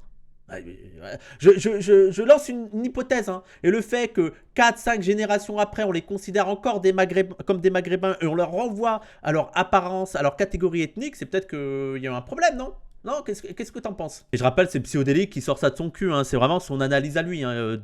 La seule source qu'il a citée, c'est son grand-père, hein. C'est trop facile en fait de trouver cette excuse. Ah mais de toute façon il est raciste. Il comprend pas le côté socio-économique problématique de telle personne. Il y a Alors que dire que c'est juste des racailles et des voyous, ça c'est une vraie complexité. Ça c'est plus compliqué, hein. aucun problème socio-économique pratique. Tu peux être le plus pauvre de la planète si tu es bien éduqué et que tu veux pas. J'ai une réponse à ça justement, mais vas-y, finis Tu ton peux être le raisonnement. plus pauvre de la Oui, Majid, tu peux le laisser parler. Là, on a 25 minutes, il a parlé que 5 minutes, Majid. Laisse-le parler un petit peu. Ça, il en peut plus, là, Majid. Il a fait, oula, là, c'est mon émission, en fait. C'est mon émission à moi. planète et que si t'es bien éduqué, tu peux être le plus pauvre possible. Tu vas pas aller voler, tu vas pas aller tuer, tu vas pas aller dealer, tu vas pas aller foutre le bordel à gauche à droite. Il y a des gens qui sont très très pauvres dans des cités au fin fond de Belgrade en Serbie. Mais ça, on est d'accord. C'est-à-dire que tous les pauvres ne sont pas des voleurs, tous les pauvres ne sont pas des assassins, tous les pauvres, ce que tu veux. Mais, encore une fois, tu regardes tous les pays du monde, ça, il y a bien une tendance générale à tous les pays. Quelles sont les classes sociales les plus enfermées en prison? Quelles sont les classes sociales qui dérivent le plus dans la criminalité ou dans la délinquance? Il y a des tendances lourdes comme ça ne veut pas dire que tu es pauvre, tu vas forcément voler. Il y a une tendance lourde, c'est que dans chaque pays, les populations qui sont être le plus sujet à la police, à la justice, à la prison, ça va être les classes sociales les plus paupérisées. C'est donc qu'il y a peut-être une tendance socio-économique sur ça. Je sais que tu veux l'ignorer, mais il y a peut-être une tendance à ça. Il y a peut-être des facteurs socio-économiques qui expliquent ça. C'est vous qui voulez fuir le réel, en fait. C'est les territoires perdus de la République. Qui ont plus de moyens que certaines campagnes. Et dans ces campagnes, il n'y a pas de caillassage de pompiers. Mais c'est ça, il y a des... Non, mais on est au PMU, les gens. On est au PMU. Ouais, là, c'est des territoires perdus de la République. Bah ouais, t'as raison. En plus, ils ont plein d'argent. Ah ouais, ils ont plein d'argent, alors que la campagne, ils ont rien, quoi. Non. PMU. Oui, non, mais c'est faux, les gens, je veux dire, il y a déjà des travaux. Allez lire le livre, d'ailleurs, il y a le livre de la Boétie, Nouveau Peuple, Nouvelle Gauche, je crois que c'est ça, où il y a une discussion entre Pierre Gilbert et un chercheur sur la ruralité, et qui montre que non, on a voulu opposer les quartiers populaires et la ruralité, alors qu'il y a des problèmes similaires, et que c'est faux de faire croire que les quartiers populaires ont bénéficié de milliards et de milliards et de milliards, et contrairement à la ruralité. Un autre truc, moi, qui me gonfle et qui m'énerve énormément, t'as plein de gamins qui sont pauvres à peu près à travers toute la France, au milieu des campagnes ou des petites villes ou des banlieues, qui vont jamais en vacances. Mais par contre, t'as l'État qui va subventionner à hauteur de je sais pas combien de centaines de milliers d'euros les pires délinquants et les pires racailles du... Je veux dire, à partir du moment où tu peux tout dire n'importe quoi sans étayer tes propos, j'ai envie de dire, oui, voilà, c'est autorisé. Ça c'est un podcast intellectuel. Hein. Ouais, il y a des gens, on les laisse à la campagne, on leur donne pas de l'argent, alors qu'on donne de l'argent aux délinquants. Eux, ils ont des clubs med, les voyous et tout, les pires voyous de France, ils ont des clubs med, alors que les gentils pauvres, ils ont rien. Vas-y, René, file-moi une bière, vas-y, remets une petite là. Il suffit de dealer pour avoir des subventions. Exactement. Bah, les quartiers, les campagnes n'a qu'à dealer. Alors bon. Leur vision fantasmée de la campagne aussi, où il n'y a pas de délinquance, où il n'y a pas de... Genre, il y a pas de petites bandes qui foutent la merde. Non, bien sûr que non. Non. D'ailleurs, bien souvent, c'est d'ailleurs le film qu'on a vu avec La vie de Jésus, qui est une très très belle retranscription de la campagne. J'avais fait un ciné-club avec Bégodeau pour parler de ça, et on voit une bande de jeunes à la campagne qui s'emmerdent, et donc comme ils s'emmerdent, bah, ils foutent un petit peu la merde quoi, avec leur moto, ils vont par-ci par-là, ils vont chercher la bagarre, ils vont draguer des meufs, et voilà, oui, des jeunes qui s'emmerdent, ouais. Dans la campagne ça existe aussi, hein. Ce sont pas des petits anges quoi. La vie de Jésus ça s'appelle. Moi ça m'hallucine ça, ils ont vraiment une vision erronée, ça se voit qu'ils ne connaissent pas la campagne. Ils croient vraiment que tout le monde est gentil, personne ne fait de bêtises, tout le monde est juste en mode « Ah, on est pauvre, on attend. On est des gentils. » Leur criminalité, ce genre de choses, et c'est un non-sens absolu. Et de l'autre côté, ils continuent de te dire que non, il n'y a aucun problème avec ça, c'est juste les gens qui sont racistes. C'est incompréhensible. C'est un juste milieu à trouver. Ah, ça y est, je crois qu'on a eu le plus long monologue de Psyodélique. C'est reparti pour Majid Oukasha. Donc Psyodélique est à 8 minutes de discussion sur 26 minutes. Ok, 8 minutes, enfin 7 minutes 52 pour Psyodélique. Le taux d'incarcération des Algériens en France, par exemple, c'était le monsieur statistique de X de Twitter, Marc Vanguard. Tu vois qui c'est? Oui, bien sûr. C'était évident. Marc Vanguard, c'était évident. Hé Marc, débloque-moi. Pourquoi tu me bloques sur Twitter, Marc? T'as peur? T'as peur de ce que je peux dire sur tes stats et tout, le problème méthodologique, les angles morts, le niveau d'analyse? Pourquoi tu m'as bloqué sur Twitter? Je comprends pas. Il avait montré que le taux d'incarcération des Algériens en France est 7 fois supérieur au taux d'incarcération des Français, tu vois. Et donc, explique-moi en quoi ça n'a rien à voir avec le taux de pauvreté. Parce que là, tu dis, tu as juste pris le facteur de la catégorie ethnique. Je te mets au défi de mettre selon les classes sociales. Quelles sont les classes sociales les plus enfermées en prison? Voilà, vas-y Majid, tu nous dis que ça n'a aucun rapport avec la pauvreté. Et je rappelle qu'aux États-Unis, par exemple, la catégorie ethnique qui est surreprésentée en prison, c'est les Noirs. Alors, si on prend la logique de Majid Oukasha, les Noirs sont enfermés parce que c'est juste des Noirs et les Noirs sont délinquants et ils donnent une mauvaise image des Noirs, donc c'est normal qu'ils soient en prison parce que les Noirs sont délinquants. Je reprends la même logique, hein, Majid, je reprends ta même logique. Mais il semblerait qu'en plus, les Noirs aux États-Unis ne sont pas seulement surreprésentés dans les prisons, ils sont aussi surreprésentés dans les populations pauvres. Ah, comme quoi, il y a peut-être des connexions à faire. Oh là là là là là là. Y a des gens qui pourraient contester ce seul fait statistique que je dis en disant peut-être que les Algériens sont 7 fois plus arrêtés par la police, peut-être que le juge oui. est 7 fois plus sévère avec les Algériens qu'il ne l'est avec eux. Oui, et d'ailleurs c'est pas faux, hein. On a déjà fait une vidéo avec, je la conseille à chaque fois, police et justice raciste, et nous on parle de stats. Hein, Majid, nous on se contente pas de dire j'ai remarqué que non, nous c'est des travaux scientifiques. Donc cette vidéo, système police, justice, raciste, comment le pouvoir blanc se protège, allez voir la vidéo. 19 000 vues, c'est trop peu, hein, c'est trop peu. Au quotidien en France, avec Internet, via des articles de presse, via des vidéos, on peut... Voilà, lui, c'est les faits divers. En fait, il n'y a pas besoin d'avoir des statistiques ethniques, il n'y a pas besoin d'avoir des stats scientifiques sur telle trop proportion de personnes en prison, de traitement injuste et tout. Non, en fait, il y a les faits divers. Et avec les faits divers, on voit que, bon, ouais, vraiment, quand tu es zététicien, quand tu viens sur l'esprit critique et ton argument, c'est les faits divers, c'est qu'il y a un problème. C'est des comportements d'incivisme, de discours honteux qui, même s'ils ne sont pas illégaux, ils exaspèrent les Français, peu importe de toutes origines, toutes confessions, et ils entretiennent... Mais ça se voit en fait que les Noirs et les Arabes, en fait, ils se comportent mal. Arrêtez de me parler de ça, c'est juste, il suffit de sortir dehors, les Noirs et les Arabes se comportent mal. Et dans les exemples que je t'ai donnés là, l'excuse de la pauvreté financière et de la faim FAIM ne tient même pas en fait. Mais ils croient vraiment que... En fait, ils croient qu'on dit que les jeunes agressent parce qu'ils ont faim. Ouais, c'est parce qu'ils ont faim. C'est ça, je pense qu'ils ont besoin de kebabs. S'ils ont des kebabs, ils vont arrêter d'agresser. Mais en plus, Majid Oukasha, une classe dangereuse qui, a des comportements que la société juge délinquantes, juge anormales, juge dangereuses. Ça a toujours existé. Dans les années 50, dans les années 60, dans les années 70, avant même l'arrivée de l'immigration maghrébine, tu avais déjà ce phénomène de bande, ce phénomène de jeunes qui étaient issus des classes populaires et qui avaient toujours cette réputation de venir casser, de venir taper, d'avoir de l'incivisme. Les Apaches, ça te dit quelque chose, les Apaches? C'est pas qu'une tribu native américaine, hein. Les Apaches, les blousons noirs. Allez lire les travaux de Gérard Mauger sur les bandes de jeunes. Il y a aussi Marwan Mohamed, mais c'est plus récent sur les bandes de jeunes. Mais oui, déjà en 1850 et tout. Mais ça, les loupards, tout ça, c'est des blancs bien blancs. Et ça s'amusait à... Attendez, je vais te faire écouter une musique. Tu vas me dire, les jeunes dans les années 70, je te laisse écouter les paroles. Il n'y avait pas les Noirs et les Arabes, hein. Vous êtes prêts, les gens? Les paroles sont ouf. Les paroles sont dingues. Par une musique que c'est pas nouveau, quoi. C'est... Ah, est-ce que vous arrivez à comprendre? Je veux dire, il suffit d'aller dans la variété française parce que je sais que vous êtes un peu des teubés. Je sais que vous avez du mal avec les travaux scientifiques, aller lire des livres qui retracent l'histoire des classes populaires, l'histoire des quartiers populaires, qui montrent qu'il y a toujours eu des bandes de jeunes qui étaient élaborées, qui étaient vues comme une classe dangereuse, qui venaient foutre la merde en ville et tout, pour différentes raisons. Mais là, je vous sais même pas ces travaux, je vous fais une musique de Balavoine. Voilà. Est-ce que tu peux m'expliquer c'est quoi le problème là? Voilà. Ces discriminateurs, ces auteurs de discrimination qu'on m'a dépeint toute ma vie comme étant des gens qui avaient un problème juste de l'ordre esthétique quasiment, c'est-à-dire ils ont un problème avec une couleur de peau ou un problème avec une origine étrangère. Eux, ils croient qu'on pense que les racistes, ils aiment juste pas le noir. Sans raison apparente. Genre, il n'y a pas de... Tu sais, ils croient vraiment que le racisme, c'est juste quelqu'un qui voit un noir, il aime pas. Le noir, ça... Tu sais, c'est des taureaux, les racistes. Le noir, ça les rend fous. Là, il n'y a pas des clichés qui sont liés à la couleur de peau, à... Non, c'est juste le noir.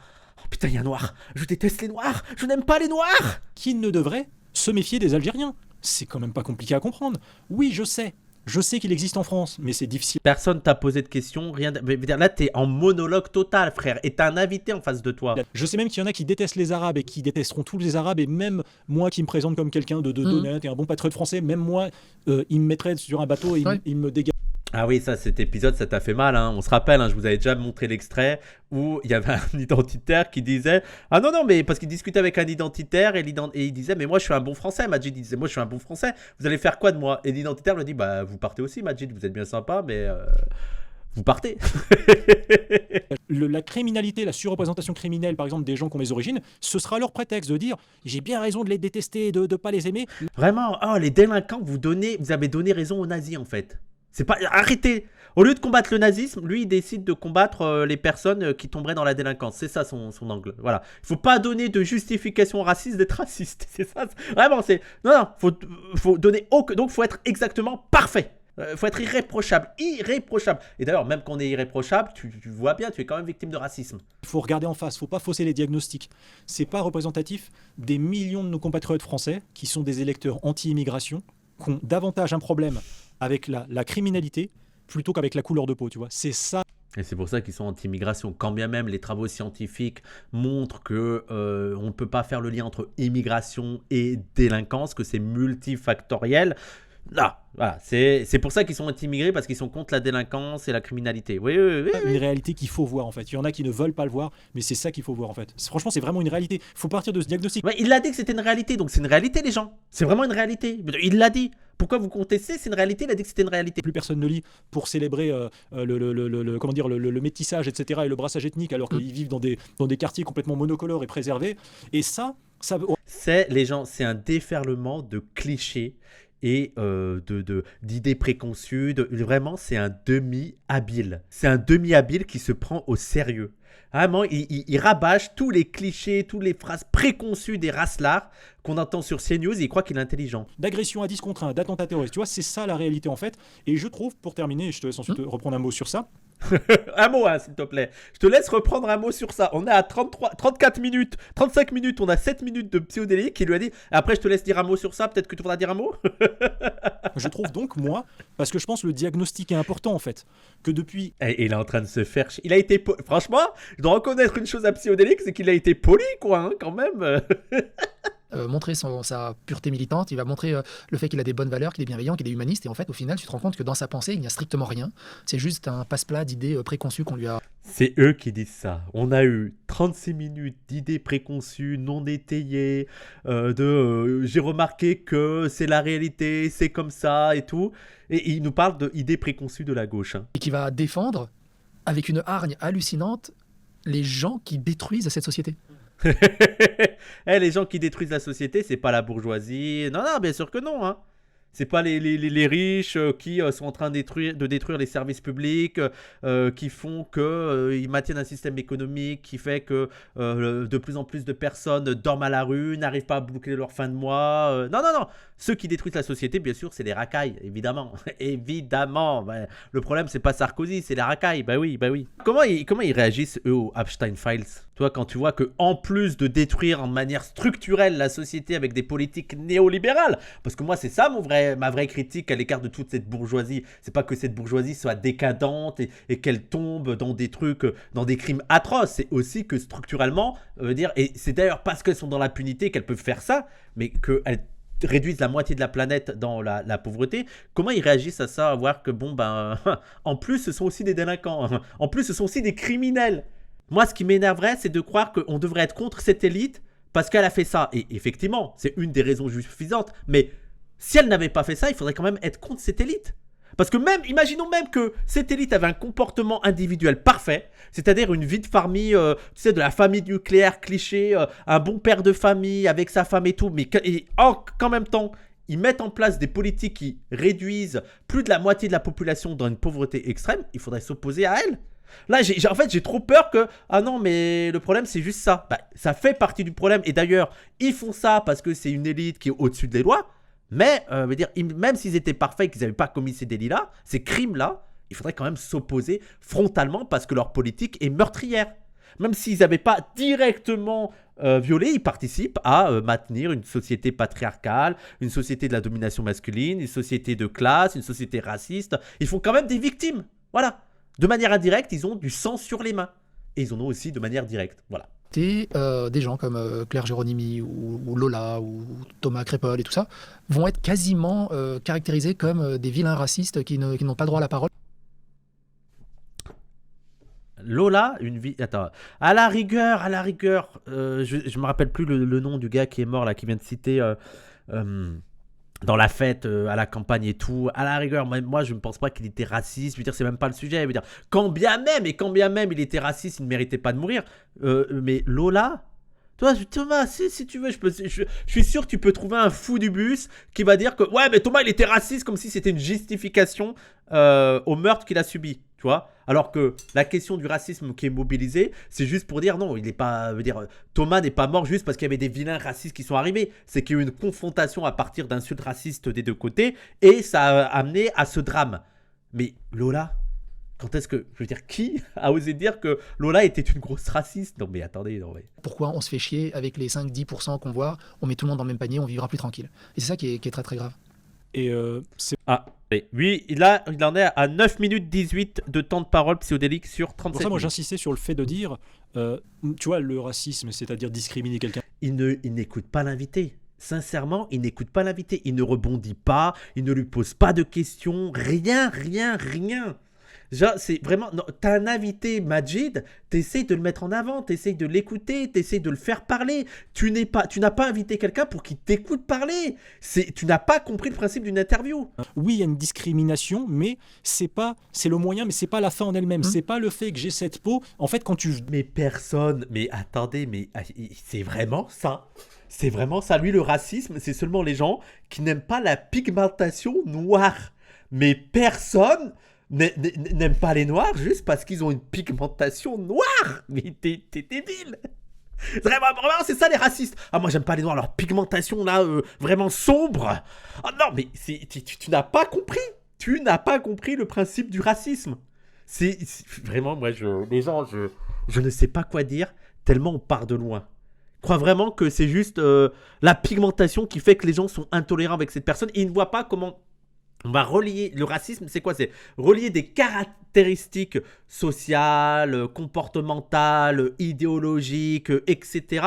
à des catégories ethniques qu'on va définir selon notamment la couleur de peau. Et on va dire, bah, les noirs, Je les aime pas parce qu'ils sont dangereux, parce qu'ils sont barbares, parce qu'ils sont pas intelligents, parce que si, parce que ça. Mais personne va dire les noirs, je les aime pas parce que leur pigmentation ne me plaît pas. Là, ils vont relier des caractéristiques à cette pigmentation, mais personne ne dit juste non, c'est la couleur de peau, juste ça. Rabin, du discours politique, c'est la deuxième question que je voulais qu'on aborde. On peut l'aborder Non, on peut ensemble. l'aborder. Mais tu vois, par exemple, On peut l'aborder ensemble. Vas-y, il y a la deuxième question que je voulais me poser. On passe à la deuxième question. c'est cette image en fait qui est vraiment désastreuse du côté. Alors, Et la personne part pas du principe que Il l'a coupé, il a réussi à le couper. Il parle 3 fois plus que lui, il a quand même réussi à le couper. Hein. je complète mon raisonnement, tu Ouais. me dis si j'ai raison. La personne ne se dit pas 100% des Algériens vont Oui, c'est poser ça. le problème, c'est pas ça, c'est juste qu'il fait des statistiques en fait. C'est des gens qui se disent statistiquement, si je vois voilà telle origine, si je vois des voiles sur la tête, si je vois ceci, cela, ça me rappelle. Parce qu'en fait, c'est des gens Là, il est en train de dire les racistes sont rationnels. Vraiment. Mais les racistes, ils sont juste rationnels. Ils ont juste fait une étude statistique et ils ont compris que ce type de personne pose problème. Donc, ils veulent pas fréquenter ce type de personne. Faut arrêter. Faut arrêter.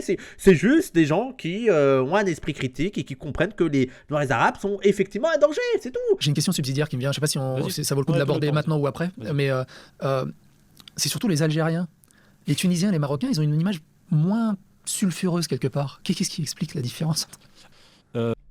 Ah là là là là là là, mais on est dans un bar, on est dans un PMU, c'est pas possible, c'est pas possible. d'origine étrangère comme toi et moi, qui n'avons pas peur de parler de la criminalité, on sait que ça fait partie. En fait, on sait que si on laisse un climat de non-dit et si on laisse un climat de volontairement de nier une surcriminalité ou nier des problèmes de comportement, on Oui, sait- bon, tu te répètes. Attendez, on va pas faire toute la vidéo, les gens. Vrombir à chaque fois que je dis mais je suis ni de gauche ni de droite, je suis apolitique, ça fait Ah, on va pas revenir sur ça. Oui, t'es apolitique. Oui, tu n'as aucune idée. Je veux dire, tu n'as pas des valeurs, tu n'as pas des pensées, tu n'as pas des visions de voir la société qui sont orientées politiquement. Bien sûr. Allez, c'est bon. vrombir tout le monde. À chaque fois, je leur dis je suis un non-binaire de la politique, arrêtez de me mégenrer. quel regard tu portes sur la façon dont les politiciens français, d'une manière générale, de droite ou de gauche, parlent de l'immigration aujourd'hui? Ne parlons pas de leurs lois inefficaces ou des programmes. La question pas du tout orientée, non mais. Alors, qu'est-ce que tu penses de ce que disent les politiciens? On va pas parler de leur inaction, de leurs propositions nulles. Non. Là, il dit oui, il faut pas la langue française, n'existe pas, c'est la langue créole. Il faut plus de maghrébins. Au bout d'un moment, il lutte pour ça. Et il avait même dit, il se considère comme un agent de submersion migratoire. Mais il est apolitique, les gens. C'est juste, ça le dégoûte, les discours immigrationnistes, avec des guillemets, les discours antiracistes, les discours de gauche, ça le dégoûte. Mais arrêtez de le mégenrer. Français de souche n'existe quasiment plus dans toutes ces politiques de gauche. Déjà, parler de français de souche, c'est bien c'est n'avoir aucune orientation idéologique. Hein. Aucune orientation politique. Parler de français de souche, c'est un terme totalement neutre, hein, français de souche. Hein. Je ne comprends pas comment ce discours ne passe pas pour un discours raciste, clairement raciste anti-blanc, raciste anti-France. Pour moi, c'est de l'ingérence étrangère. Ah oui, l'ingérence étrangère de quel pays? Non mais de l'ingérence étrangère, quasiment. Mais de qui? C'est quel État là qui est en train de faire de l'ingérence? Cette omerta. Il ne faut surtout pas parler de l'immigration. Ou alors, on parle de l'immigration, mais dans sa globalité. C'est-à-dire que quand il parle du problème de l'immigration, il parle de l'immigration globale, aussi bien japonaise, norvégienne, maghrébine, africaine, Alors que c'est les Noirs et les Arabes, quoi. Voilà, je comprends pas pourquoi on prend des pincettes. Parler de l'immigration, non, des Noirs et les Arabes. brésilienne et tout. Du côté droit du spectre, quand je vois récemment, ça fait un petit moment, Oui, il est très de Marine droite. Le Pen Ouais. qui dit oui, l'islam est totalement compatible avec la République. Je dis, mais à quel moment, en fait, à quel moment elle peut dire ça? Alors, il a une critique. J'ai cru qu'il allait faire une critique contre le Rassemblement National, mais la critique qu'il a à l'égard du Rassemblement National, c'est quand elle a dit quelque chose de pas raciste. Vraiment, alors là, mais à droite, hein. Moi je suis apolitique, hein. J'ai aussi des critiques à faire à l'extrême droite. Quand ils ont dit que l'islam était compatible avec la République, on est où là? Et comme tu l'as dit, en termes de loi, il n'y a rien. Il n'y a rien, il n'y a aucune loi qui ont été prises contre l'immigration, aucune loi autoritaire, aucune loi sur la justice. La justice, elle est trop laxiste. On est trop laxiste sur l'immigration, on n'a rien fait. On est trop laxiste sur les délits, on n'a trop rien fait. On est trop laxiste sur la prison, on n'a rien fait. Rien, il n'y a rien qui se passe. Ne parlez pas de loi séparatisme, parlez de loi immigration. Non, il n'y a rien. Il y a un énorme problème là-dessus, il faut absolument qu'on gère. Et on arrive un peu comme l'Angleterre. Les gens, le niveau, je vous jure, je peux pas faire un react. Le niveau, il est ridicule, affligeant. Et ça, c'est ce que regardent les droitards. Le niveau des droitards, c'est ça. Ça, c'est leurs 2 champions. Où la justice et les flics, t'as l'impression qu'ils sont là pour arrêter les gens qui postent des tweets qui créent de l'anxiété sur Internet pour les mettre en prison. Récemment, ils ont arrêté Attends, la police a arrêté des tweetos pour les mettre en prison. De quoi tu parles? 3 personnes qui ont posté des tweets en Angleterre sur... Bon. Ils nous racontent une histoire d'Angleterre, hein, comme quoi la France va mal. La France va tellement mal qu'en Angleterre, il y a la police qui a arrêté des tweetos. Ok, mais et encore, j'imagine que c'est l'histoire racontée selon Psyodélique. Hein. Il y a le téléphone arabe, il y a le téléphone psyodélique. Alors je me rappelle plus des détails exactement, mais il y a une personne qui avait élevé une femme ou plusieurs femmes. Et donc ils ont arrêté 3 personnes qui se sont indignées. Alors ils se sont indignés de manière un peu véhémente avec des mots indignes, on va dire. Ils ont pris des... Ah, ok, donc ils ont été... ok. Il a quand même précisé que bon... Apparemment, ils ont dit des trucs, je veux dire, indignes selon Psyodélique. Je vous laisse imaginer le degré du message, quoi. Non, mais bon, après, je me souviens plus trop des détails, mais bon, ils ont été arrêtés par la police parce qu'ils dénonçaient l'immigration et ils ont fait des messages qui peut-être un peu indignes. Ouais, je veux bien que t'aies le tweet là, qu'on puisse jauger le niveau. Gauche de la force, l'immigration, c'est des petits anges. Il n'y a aucun problème, ils sont là, c'est la richesse de la France, c'est que des ingénieurs, c'est magnifique. Tout le monde est beau, tout le monde est gentil, on a des papillons dans le ventre. C'est des mineurs isolés de 47 ans d'âge moyenne, mais ils sont géniaux. Waouh là là là là. Voilà, le monde parallèle de Psyodélique. Voilà. Le nombre d'hôtels à migrants qui ont été créés à gauche à droite ou qui ont juste créé les hôtels à migrants. Vous avez vu là depuis 5-6 ans le nombre d'hôtels à migrants qui ont émergé de sous terre là. Vraiment, je comprends pas le problème de nos gens. On a construit plein d'hôtels à migrants. Il y a que des hôtels à migrants. Et du côté droit, ça a totalement disparu. J'ai l'impression que la droite n'existe plus en France. Voilà, le reproche à la droite, c'est qu'elle n'est plus de droite. La droite, alors la gauche, elle ne parle pas d'immigration et la droite n'ose plus parler d'immigration. En fait, plus personne parle d'immigration à part ces 2 grands courageux. Voilà, ça c'est les 2 grands héros de la France qui parlent d'immigration, qui osent le faire contrairement au reste. Même la droite et l'extrême droite. L'extrême droite, elle a dit que l'islam c'était bien. Oh. Le RN, je crois que la dernière fois qu'ils ont parlé d'immigration, je ne me rappelle même plus. Non, mais il y a un niveau de mensonge, je m'assois, quoi. Non, mais... non, mais qu'est-ce que... Les gens, vous comprenez que je peux pas vraiment réacter à ça. Le gars, il arrive, il dit, le RN ne parle plus d'immigration. Non, mais Ok, oui, ça marche. On va faire comme si c'était vrai. Allez. Sarah Knafo, Zemmour a totalement disparu de l'algorithme, il laisse Sarah Knafo. Et Sarah Knafo, alors déjà Zemmour a disparu, ok, bon, la nouvelle. Et Sarah Knafo, bon... On en parle un tout petit peu, mais personne met carte. Reconquête et Sarah Knafo ne parlent qu'un tout petit peu de l'immigration. Ouais. Oui, mais allons-y. Qu'est-ce que vous voulez que je vous dise? Oui, d'accord, ok. C'est les accords franco-algériens qui laissent entrer tout et n'importe quoi sur simple identification. Aussi le fait Apolitique. Une des lois complètement que j'ai appris récemment. Apolitique. Un immigré peut demander un visa en France juste en disant qu'il avait un problème psy. Et donc on lui attribue un visa juste parce qu'il se déclare qu'il a un problème psy. Pourquoi? Qui y croit? Qui y croit? Genre, il suffit de dire que tu as un problème psy pour avoir un visa. Mais en fait, les immigrés font tout ça.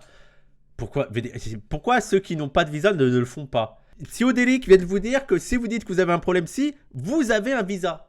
Faites-le. Faut le dire à tous les... Faut donner cette nouvelle à tous les immigrés. Faut leur dire, juste vous dites vous avez un problème psy et l'État arrive et vous donne un visa. Voilà. Bah écoute, moi ta remarque là, je vais essayer de donner mon propre avis sur un certain discours de droite. Oui, voilà. Allez, on fait le dernier tunnel. Ça vous dit, on fait le dernier tunnel de Majid Oukasha, parce que là, je crois que c'est aussi un long tunnel. Là, il y a Psyodélique qui a pas mal parlé, donc il a parlé 16 minutes. On est à 54 minutes, 16 minutes. Vu que c'est en accéléré, on va dire qu'il a parlé 20 minutes sur 34 minutes. Ok?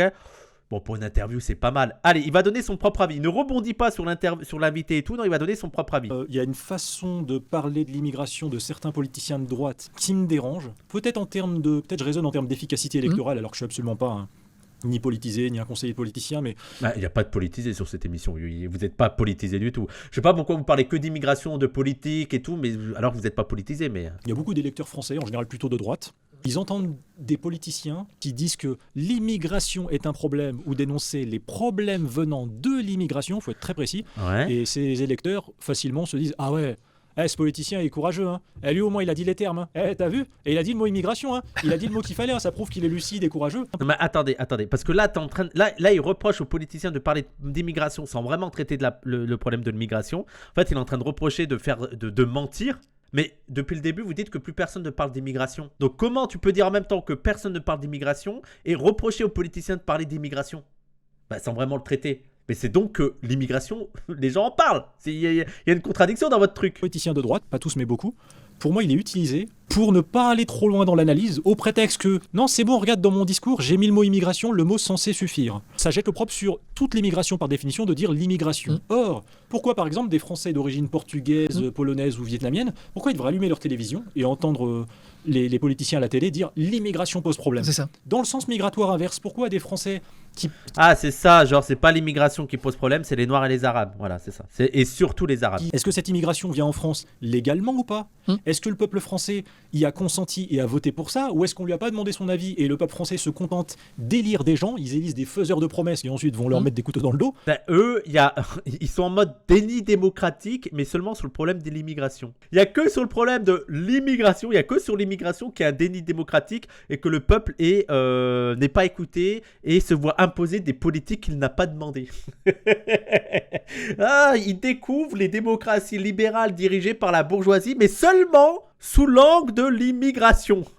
Est-ce que cette immigration qui vient, la France a les capacités pour l'accueillir, en sachant que notre pays est surendetté et en crise? Oh là là, mais vraiment, les demi-habiles qui savent pas ce qu'ils racontent, qui parlent comme ça, genre, on peut pas... Vraiment, les gens, c'est comptoir de PMU, on peut pas accueillir, on est endetté, on est endetté, faut s'occuper des nôtres, en fait, là. On n'a pas d'argent, en fait, on peut s'occuper de SDF, en fait. Du logement, de l'emploi et de l'identité, et qu'on doit réserver la priorité de nos aides à nos propres pauvres. Ah, voilà. Je le savais, c'est tellement évident, c'est tellement toujours la même chose. Ils savent pas de quoi. Et déjà, il y a un problème que vous pourriez parler. Pourquoi, par exemple, Majid Toukacha, toi qui veut aider nos propres pauvres, hein, le vrai patriote français qui veut aider les Français, notamment dans la pauvreté, pourquoi tu fais pas d'émission, par exemple? Pourquoi tu fais pas d'interview sur le problème du logement et sur le fait qu'il y a de plus en plus de gens à la rue? Même en parlant que des SDF français, hein. Pourquoi tu te concentres sur l'immigration et pas sur le problème du logement? D'ailleurs, le problème du logement, c'est pas à cause de l'immigration.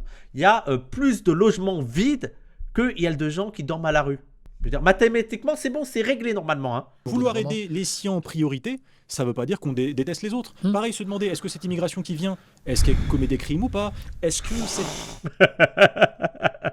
Tu le sais avant. Il y a certains politiciens de gauche, effectivement, qui ont un discours qui entretient symboliquement la mauvaise image de l'immigration, que pourtant ils prétendent vouloir corriger cette mauvaise image. Attends, il y a les politiciens de gauche qui entretiennent la mauvaise image de l'immigration. On va finir sur ça, je veux voir où il veut aller. Les gauchistes entretiennent la mauvaise image de l'immigration. Attends. Et justement, il y a certains partis politiques de gauche radicale, je ne sais pas comment ils font. Et je le dis vraiment avec mon regard, tu vois, de spectateur et de citoyen. Oui, de commentateur, de remarcologue. Voilà, on rappelle, il est remarcologue, il remarque plein de trucs. Quand ils font monter sur leurs estrades des intervenants d'origine étrangère, d'origine maghrébine notamment ou africaine, pour prendre la parole, j'ai l'impression qu'à chaque fois, c'est des gens qui vont tenir un discours qui valide cette mauvaise image de l'immigration au lieu de la corriger. Attends, quoi? C'est-à-dire que les Arabes ont l'image de voleurs, de violents, de violeurs, et nous on arrive et on en met... On est des violeurs! On est des voleurs! Oui! Vive nous! Vive les voleurs! Ouais, ils valident cette image. Ils sont en train de perpétuer la mauvaise image. Se plaindre de la vilaine France qui leur doit plus de subventions et plus de réparations financières et qu'ils exigent de la France et donc du contribuable français. Parce qu'ils ne sont pas des contribuables français. D'ailleurs, le discours antiraciste, c'est juste de dire donnez-nous de l'argent. C'est exactement ça le discours raciste. Et d'ailleurs, on n'est pas des contribuables. Il est évident que les Noirs et les Arabes en France ne sont pas des contribuables. Ils sont à côté. Ce sont des profiteurs. J'ai jamais vu faire venir sur leurs estrades un intervenant français d'origine maghrébine pour non pas critiquer la France, mais remercier la France pour tout ce qu'elle a fait pour nous. Déjà, remercier la France, ça ne veut rien dire. Et je rappelle encore une fois, prenons les acquis sociaux qu'on a eus. Les acquis sociaux, ce n'est pas la France qui l'a donné. Ce sont les classes populaires et les classes ouvrières qui se sont battues pour avoir ces acquis sociaux, qui ont dû les arracher à la classe bourgeoise, qui ont dû les arracher aux dirigeants. Mais la France n'a rien donné, en fait. Et on récupère ce qu'on est en train de produire. C'est pas une chance, en fait. C'est pas une faveur qu'ils nous font. On se bat pour nos droits. Jamais je les ai vus faire monter sur leurs estrades un Français d'origine maghrébine qui a réussi dans la vie, qui est entrepreneur, alors qui a réussi sans subvention et sans capitalisme de connivence si possible. Oh là là là là là là, mais c'est quoi ce discours de teubé? Non mais c'est ridicule. Et qui est là pour faire un discours sur la réussite et l'élévation sociale à travers l'entrepreneuriat. Mais c'est trop bizarre. C'est trop bizarre. À gauche, on n'entend personne. Il n'y a pas d'intervenant pour faire l'éloge de l'entreprise et de l'entrepreneuriat. Trop chelou. Vraiment, ils font vraiment à la gauche. Je comprends pas. Ils invitent pas un arabe pour faire l'éloge de l'auto-entreprise. Non mais trop Je le dis, bizarre. J'ai remarqué. Vous avez remarqué vous aussi? criminels de leur communauté leur trouver des excuses. Et donc je dirais simplement pour conclure, et je te laisse réagir. Oui, parce que là, les gens, 1h02, allez, on enlève les 5 minutes que j'ai sapées. Donc 1h, allez, 55 minutes, Psyodélique a parlé 17 minutes. Sur 55 minutes, Psyodélique a parlé 17 minutes. 17 minutes x 25, ça fait 20 minutes 15. Ok, donc il a parlé sur 55 minutes, il a parlé 20 minutes. La politique. C'est ouf. L'intervieweur a parlé 35 minutes. Même le discours plaintif et comment j'ai dit, et conflictuel permanent participe de cette mauvaise image, tu vois. C'est aussi ça qu'on doit corriger en fait. Ah là là là là là. Les gens, on va juste finir parce que moi j'avais regardé cette partie. On va juste finir sur un passage où il est en train de faire un jeu d'acteur. Vous êtes pas prêts? On finit sur ça. Parce que là, il est sur les solutions. Il veut proposer les solutions. Moi, j'avais vu cette partie sur les solutions.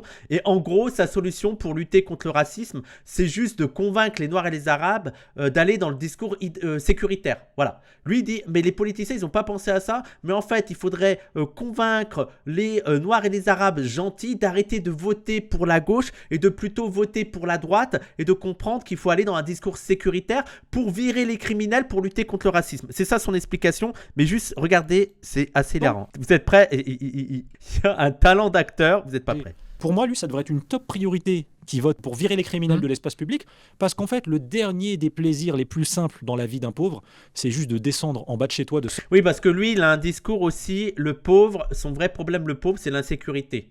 C'est pas qu'il est pauvre, c'est pas qu'il galère avec la thune, c'est pas qu'il a du mal à payer ses factures, il a du mal à se faire plaisir. Non, le vrai problème du pauvre, c'est c'est l'insécurité. Voilà. Sortir dans la rue et d'avoir une rue paisible dans laquelle t'as pas peur, surtout si t'as une petite... Tant que t'es pauvre, voilà, avoir une rue plaisible, voilà. Ouais, quand t'es pauvre, ta vraie priorité, c'est d'avoir une rue tranquille. Et je vais te sembler un peu caricatural. Non.